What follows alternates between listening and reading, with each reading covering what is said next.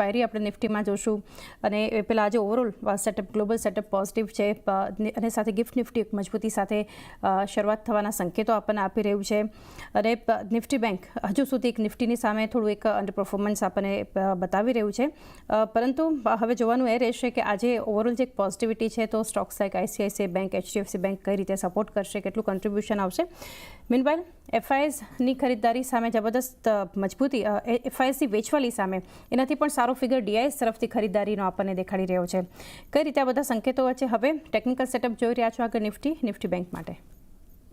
Hi, good morning. I think જે સમય setup આપણે નિફ્ટીમાં જોઈ રહ્યા છે અને આપણે કન્ટિન્યુઅસલી અપ ટ્રેન્ડ જે જોવા મળ્યો છે છેલ્લા 5 થી 7 ટ્રેડિંગ સેશનના અંદર, અને જે સમય સેટઅપ લાગી રહ્યું છે, મને લાગે છે કે જે સમય નિફ્ટી પેટર્ન બનાવી રહી છે, હાયર હાઈઝ ને હાયર લોઝ બનાવતા જોવા મળ્યા છે છેલ્લા કેટલાક સેશનમાં. અને ગઈકાલના સેશનમાં પણ આપણે જોઈએ તો ઓલમોસ્ટ ડેઝ હાઈ પરની આસપાસ બંધ થતા જોવા મળી છે.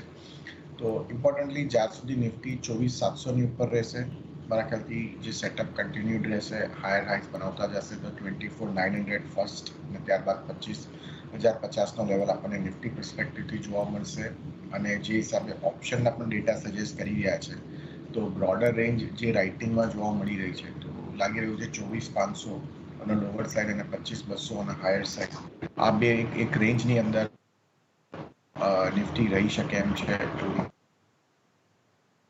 વાત કરીએ તો અગેન એના અંદર પણ સિમિલર પેટર્ન બનતા જોવા મળી છે. 50,250 નિયર ટર્મ સપોર્ટ છે. વેરી ઇમિડિયેટ સપોર્ટ 50,500, જ્યાં સુધી 50,500ની ઉપર રહેશે તો 51,200 ફર્સ્ટ લેવલ, ત્યારબાદ 51,700નો લેવલ્સ આપણને બેંક નિફ્ટીમાં પણ જોવા મળી શકે એમ છે. અને coming back to individual stocks જે તમે ડિસ્કસ કરી રહ્યા હતા કે આઈસીઆઈસીઆઈ, એચડીએફસી, કોટક, આ બધા સ્ટોક્સની આપણે ઇન્ટરનલ ડિસ્કશન કરીએ તો મને લાગે છે કે સૌથી strongest amount all the banking stocks as ICICI bank longer term chart આપણે ખોલીને જોઈએ તો મારા ખ્યાલથી this is one of the best performing private sector banks in the last 1 year. તો મને લાગે છે કે જે હિસાબે સેટઅપ છે 1158 ઇમિડિયેટ સપોર્ટ છે ફોર આઈસીઆઈસીઆઈ બેંક અને 1215 સુધીના લક્ષ્ય આપણને આઈસીઆઈસીઆઈ બેંકમાં જોવા મળી શકે એમ છે. Okay, overall view Nifty bank માટે અને ઇનફેક્ટ આઈસીઆઈસીઆઈ બેંક 1215 સુધીના લેવલ્સ બતાવી શકે છે. ગૌરંગજી, સુપ્રભાત. અને એક સેટઅપ આજે તો એક સારી શરૂઆતમાં એકવાર ફરી બજાર આપણને આપી રહ્યું છે. સેટઅપ જોઈએ સૌથી પહેલાં તો ગ્લોબલ તો જેક્સન હોલની જે બેઠક શરૂ થઈ છે ત્યારથી ઓલમોસ્ટ એક સ્ટેબલ યુએસ માર્કેટ દેખાડી રહ્યા છે અને પોઝિટિવ છે. એની સાથે સાથે સ્થાનિક બજારોમાં જોઈએ તો એક સતત એક સેક્ટોરિયલ રોટેશન દેખાડી રહ્યું છે, કારણ કે રોજ એકને એક સેક્ટર નિફ્ટીને અને માર્કેટની મજબૂતી માટે કન્ટ્રીબ્યુટ કરતો આપણે જોઈ રહ્યા છીએ. એડવાન્સ ડિક્લાઇન રેશિયો જુઓ તો એ પણ સવારથી લગભગ ક્લોઝિંગ સમય સુધી આપણે એક મજબૂતી તરફ અને એક સ્ટેબલ જોઈ રહ્યા છીએ. મિડ કેપ, સ્મોલ કેપ એક મજબૂતી બતાવી રહ્યા છે અને જે રીતે હવે ફરી એક અનુમાન છે કે નિફ્ટી નવા શિખર તરફ આગળ ને સતત જે રીતે મજબૂતી આપણને સૂચવી રહ્યું છે, બધા ફેક્ટર્સ જે અત્યારે ખાસ કરીને ક્રૂડ એ પણ ભારતીય બજાર માટે એક પોઝિટિવ સતત સપોર્ટિવ એક ફેક્ટર ગણી શકીએ. કઈ રીતે આ બધા સંકેતો વચ્ચે હવે આગળ ફંડામેન્ટલ્સ તમે જોઈ રહ્યા છો બજાર માટે? આભાર ચાંદની, આપનો સૌને પ્રણામ અને શુભ પ્રભાત મારી તરફથી. ગયા 2 અઠવાડિયાથી અને આ અઠવાડિયે બી તમે જોવા જાવ તો અભિપ્રાય સ્પષ્ટ હતો કે નિફ્ટીની નીચલી સપાટી સીમિત લાગે છે અને ઉપરની તરફ આપણે 24,750 અને 24,850 તરફ જવાની સંભાવના લાગે છે. આ અભિપ્રાય આપણે છેલ્લા 2 અઠવાડિયાથી અને આ અઠવાડિયે સોમવારે બી જ્યારે તમારી સાથે હું જોડાયેલો ત્યારે આ જ ટિપ્પણી કરેલી.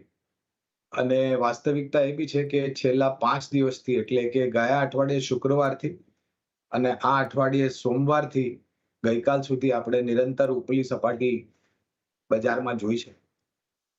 આજે બી શક્ય છે આપણે ઉપર જઈ શકીએ છીએ, એમાં કોઈ બેમત નથી, પણ આટલી તેજી જોયા બાદ મારા ખ્યાલથી કદાચ થોડું ઘણું કન્સોલિડેશન, નફા વસૂલી બજારમાં આવે એ અનિવાર્ય છે, કારણ કે નિરંતર આપણે ઉપર જઈએ એ બી મારા ખ્યાલથી પાયાના મતે યોગ્ય નથી. તો 24,850ની જે સપાટી આપણે ગયા અઠવાડિયે અને આ અઠવાડિયે કીધેલી એ આવે ત્યારબાદ જોવાનું રહેશે કે આપણે ઉપરની સપાટી પર ટકી રહીએ છીએ કે નહીં. સેક્ટર રોટેશનની જે તમે વાત કરી ચાની, તો મારા મતે તો આ એક સારી વાત છે, કારણ કે એક કે બે ક્ષેત્ર માત્ર તમને ઉપરની તરફની સપાટી બતાવે એ બી અનિવાર્ય નથી.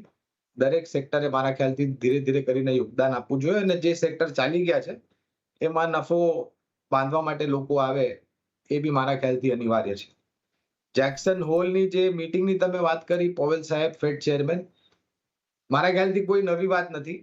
જે ટિપ્પણીઓ એ લોકો એમને છેલ્લા 3-4 વખતથી મીટિંગ બાદ કરી છે, અભિપ્રાય એ જ રહેશે કે આંકડા ઉપર નિર્ભર રહેશે, વ્યાજ દરોમાં કાપણી ક્યારે થશે, કેટલા હદ સુધી થશે, અને મોંઘવારી અને રોજગારને લઈને કદાચ થોડી ઘણી ટિપ્પણી કરે તો મારા ખ્યાલથી આ એક મોટા ભાગે બજારે ડિસ્કાઉન્ટ કરી દીધું છે. વધારે આની અસર બજારમાં થાય એવું હાલમાં અમને લાગતું નથી.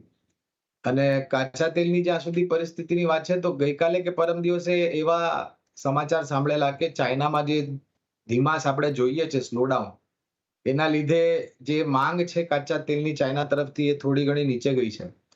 એ એક કારણ છે. અને પછી ઓવરઓલ જે પરિસ્થિતિ, ખાડી સંકટ જે ઊભો થયો છે, એમાંથી ત્યાંથી બી કોઈ એવા સમાચાર ખરાબ આવ્યા નથી. એટલે મુખ્ય કારણ આ બધા છે જેના કારણે કાચા તેલના ભાવ આપણે નીચે જોયા છે. ને આપણા દેશ જેવી અર્થવ્યવસ્થામાં નીચલા કાચા તેલના ભાવ રહે એ વધારે પડતું અનિવાર્ય છે. તો પરિસ્થિતિ જે છે આજે સવારે એ અંદેશા આપી રહી છે કે ઉપરની તરફની સપાટી હજુ આજે બની શકે છે, પણ 24,850 જે એક સપાટી છે ત્યાં આગળ મારા ખ્યાલથી લોકો નફા બાંધવા માટે આવે, અથવા તો 24,800 ની પાર બી આપણે આજે જઈએ સવારે તો નફો બાંધવા માટે લોકો આવશે, જેના કારણે કદાચ થોડી ઘણી ઉપલી સપાટી જે છે એ સીમિત રહેશે. પણ હું એ બી કહીશ કે આ જે ઓગસ્ટ મહિનો છે, આપણે એ બી તૈયારી રાખવી જોઈએ, નવી સર્વોચ્ચમ સપાટી બનાવવાની બી આપણામાં ક્ષમતા છે. ડેફિનેટલી ઓવરઓલ જે રીતે ફંડામેન્ટલ્સ બજારના અત્યારે છે, એક નવા લેવલ્સ તરફ માર્કેટ આગળ જશે, અને આજે એક મજબૂતી સાથે શરૂઆત બાદ એક થોડું